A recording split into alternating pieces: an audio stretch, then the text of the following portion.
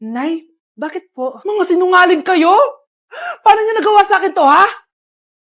Nay, anong sinasabi mo? Hindi namin maintindihan. Ikaw, Scarlett. Sabi mo doktor ka, di ba? Bakit katulong ang trabaho mo sa New York, ha? Nay. Ikaw, Brianna. Teacher ka, di ba? Bakit nakita ka nilang nasa bar at sumasayaw-sayaw ka pa? Ikaw, Michael. Akala ko may engineer na ako. Ngayon pala, nangi-scam ka lang ng tao! Bakit nyo tinago sa akin to, ha? Nay, hindi kasi ako nakapasa bilang nurse sa New York. Sabi nila, mas magaling kasi talaga si Brianna compare sa akin. Kaya rumakit muna ako bilang katulong para makapag-aral ulit. Oo, Nay. Sumasayaw ako sa bar. Pero di ko binibenta ang katawan ko. Kinilangan ko lang yung pera para makagraduate na ako bilang teacher. Ayoko na kasi manghingi sa'yo eh. Ang baba kasi ng sweldo ng engineer, Nay. Kaya humanap ako ng paraan para kumita ng pera. Alam ko mali ang pagiging scammer pero yun ang bumuhay sa akin, Nay. Mga anak! Sana sinabi niyo sa akin. Pamilya tayo dito, diba? Magtutulungan tayo. Bakit tinago niyo sa akin? Natakot kasi kami, Nay, na baka ma-disappoint ka namin. Alam kasi namin yung paghihirap mo. Mapag-aral lang kami. Anak ko kayo. Gagawin ko lahat para sa inyo. Sa tingin niyo ba hindi ko kayo tatanggapin, ha? Kaya itigil niyo na yung mga ginagawa niyo. Lalo ka na, Miguel. Opo, Nay. Sama-sama tayong bumangon. Nay, sorry. Wow, ang sweet naman. Isa ka pa. Gusto mo talaga masira itong pamilya namin, no? Lumayas ka dito, pamilyang peke. Ano?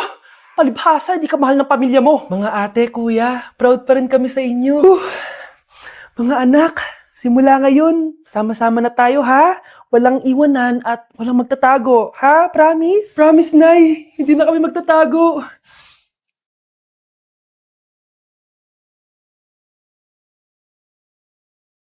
Hey Susan, someone's calling. Hello, anak. Kamusta na kayo dyan? Padala ka ng 10,000 ha, dahil wala na kaming baon ng mga kapatid ko. Anak, pasensya ka na. Di mo na ako makakapagpadala ngayon. Di ba pumunta ka dyan para sa amin? Wala ka naman palang kwenta eh. Sige anak, gagawin ko ng paraan, ha? Di na muna siguro ako bibili ng gamot para may maipadala ako. Ako? Wala na akong nanay, di ba? Eh, sino yung tumatawag, te? Di ba nasa ibang bansa yung nanay niya? Ano naman gusto mo? Hello anak, buti naman sinagot mo na. Nagpadala pala ako sa inyo ng mga kapatid mo. Baon niyo yun tapos pampagawa na rin ng bahay. Okay. Ikaw na bahala dun ha. I love you. So ayun na nga. Hello Mars? Mars, alam mo ba, yung anak mo, lasing umuwi kagabi. May kasama pang lalaki. Baka ibang babae yun Mars ha? Hindi naman ganun yung anak ko. Sure ka ba talaga, Mars, na yung mga perang pinapadala mo napupunta talaga sa baon at bahay nyo? O ano, nakapagpadala ka na ba ng pera? Oo anak, nagpadala na ako kanina. Dagdagan mo ah, marami kaming bayarin ngayon. Anak, matanong ko lang, saan mo ginagastos yung mga pinapadala ko? Babe, ano ba? Oh babe, shot ka pa. Ano to, Scarlett, ha? Dito lang ba napupunta yung mga pinapadala ko sa'yo, ha? Mga alak at vape na yan? Ba't umuwi ka pa? Nagpakahirap ako sa ibang bansa. Para sa inyo ng mga kapatid mo. Simula nung iniwan mo kami, wala na kaming nanay. Sa tingin mo, ginusto ko to, ha? Wala akong choice, Scarlett. Ginawa ko to para sa inyo ng kapatid mo. Sa tingin mo ba ginusto namin na umalis ka? Nasanay kami na wala ka. Kaya okay kami kahit mawala ka.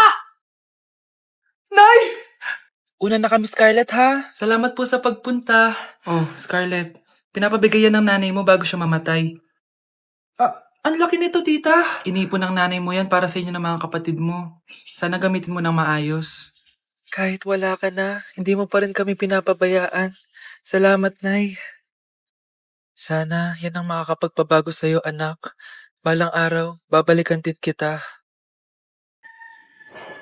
Iniisip mo pa rin ba yung sinabi ng dati mong asawa? Baka totoo nga. Na isa lang akong hampas lupa. Na hindi nagaganda ang buhay. Ano ka ba? May anak ka na umaasa sa'yo. Tsaka, magkakatrabaho ka na, di ba? Hindi ko na alam. Sobrang bigat na. Pero salamat, Susan. Napagaan mo loob ko.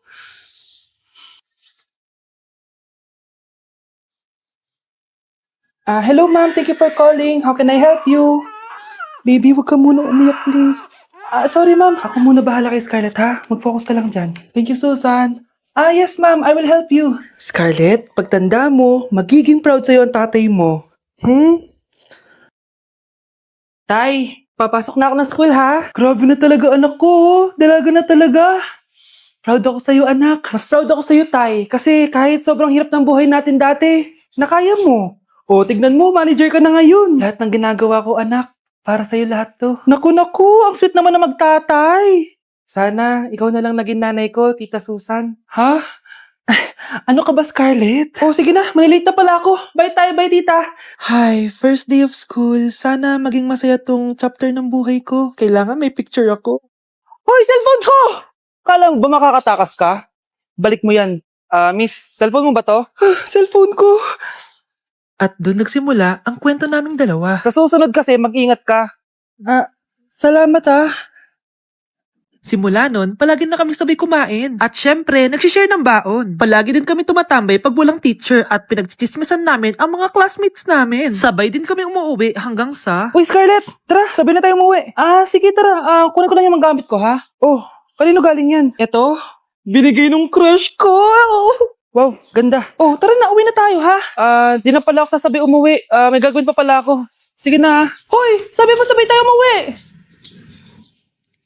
Ano nangyari dun? Guys, sino kumuha na cellphone ko? Ilabas niyo na. Alinaw talaga ng bago kong phone. Hoy, Samantha! Cellphone ko yun, di ba? Akin na. For your information, binili to ng nanay ko. Tignan mo, 3 yung camera neto. Yung sa'yo 2 lang. Ew. Ay, eto pala. Sorry. Ba't wala dito yun? Lobat na ako. Guys, sino kumuha ng charger ko? Ayan, full charge na. Hoy, ba't nasa yung charger ko, ha? Anong sa'yo? May picture tong charger ko, oh. Eh, eto pala. Sorry. Hoy, B, palagi ka na lang nawawalan. Huwag ka kasi burara sa gamit mo, te. Oo nga, B. Nawawala nga yung panty ko, eh. Guys, nakita niyo ba yung panty ko? Guys, may kumuha ng kidney ko. Balik niyo na, please. Lakas ng tama nito. Nasaan na yun? Sinasabi ko na nga ba may kumuha ng kifi ko, eh. Balik niyo na yung kifi ko. Oh, mahal. Saan ka galing? Galing ako sa doktor, mahal. Nagpa-check up ako. Oh, anong sabi? Malala na daw yung damage sa kidney ko, mahal. Kailangan ko na maoperahan. Kung hindi, alam mo na. Mahal, may savings pa tayo. Gamitin natin yun para maoperahan ka na agad. Hindi ganun kadali yun, mahal. Kailangan daw may mag-donate ng kidney sa akin. Ha? O, edi kunin mo yung sa akin, mahal. Kaya ko naman mabuhay ng isa lang kidney ko. Sure ka ba? I love you, mahal. Alam mo namang gagawin ko lahat. Maging okay ka lang, di ba? Congrats po, ma'am, sir. Successful po yung operation yung dalawa. Salamat, Doc. Mahal, narinig mo ba yun? Okay ka na. Mabubuhay pa ako ng matagal, mahal. Salamat sa'yo. Mahal, nilutuan kita ng paborito mo para agad ka nang gumaling. Huy, mahal, sino kausap mo? Ha? Wala to, mahal. Kaklase ko lang dati to. Kinakamusta lang ako. Sige, kain na tayo. Mahal, okay ka lang? Oo, tara, kain na tayo. Mahal, nakakagalaw na ako ng maayos, oh. Di na sumasakit yung tahi. Aba, baka magulat ako. Nakakatakbo ka na rin. Mahal, aalis pala ako mamaya. Kasama ko yung dati kong kaklase. Celebration lang kasi gumaling na ako. Pwede ba akong sumama? Ha? Wag na, mahal. Baka mapano ka pa. Magpahinga ka na lang dito sa bahay, ha? Mahal, mag-ingat ka dun, ha? Mahal, alis na ako, ha?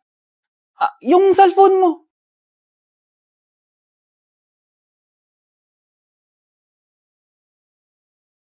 Sino to?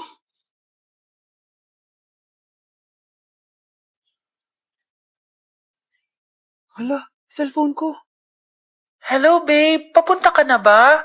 Miss na kita. Mahal, naiwan ko yung cellphone ko. Walang iya ka? May kabit ka?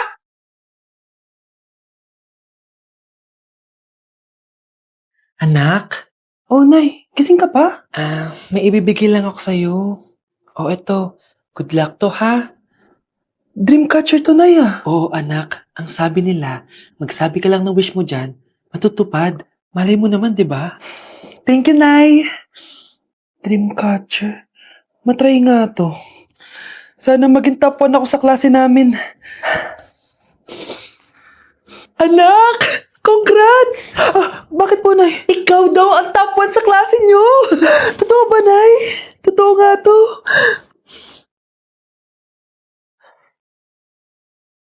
O anak, saan ka galing? Nag-apply ako sa trabaho. Ayoko naman maging pabigat sa inyo habang buhay. Sana makabawi na ako sa inyo. Ba't di mo nalang i-wish yan sa Dreamcatcher? Malay mo naman, di ba? Oo nga no, Nay. Nay, tanggap na ako sa trabaho. Ang laki pa ng sahod ko. O, di ba? Sabi ko naman sa'yo, anak eh. Deserve mo yan. Nay, sa wakas, makakabawi na rin ako sa inyo. Bes, alam mo, ang yaman mo na. Bakit di ka pa mag-asawa? Ay naku, Bes. Kung may magkakagusto man sa akin, ang gusto ko, mabait at responsable. Parang si Joshua. Naku, Bes. Si Joshua pa. Puro trabaho yan. Hi Scarlett, pwede ba tayong mag-lunch together mamaya? Sure, sige. Siyan ba? Ayun. Oh, yan ang simula ng love story nyo, ha? Ay, mahal.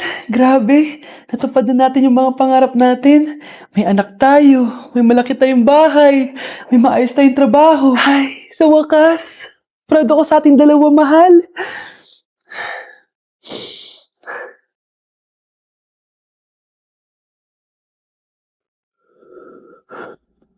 Mahal?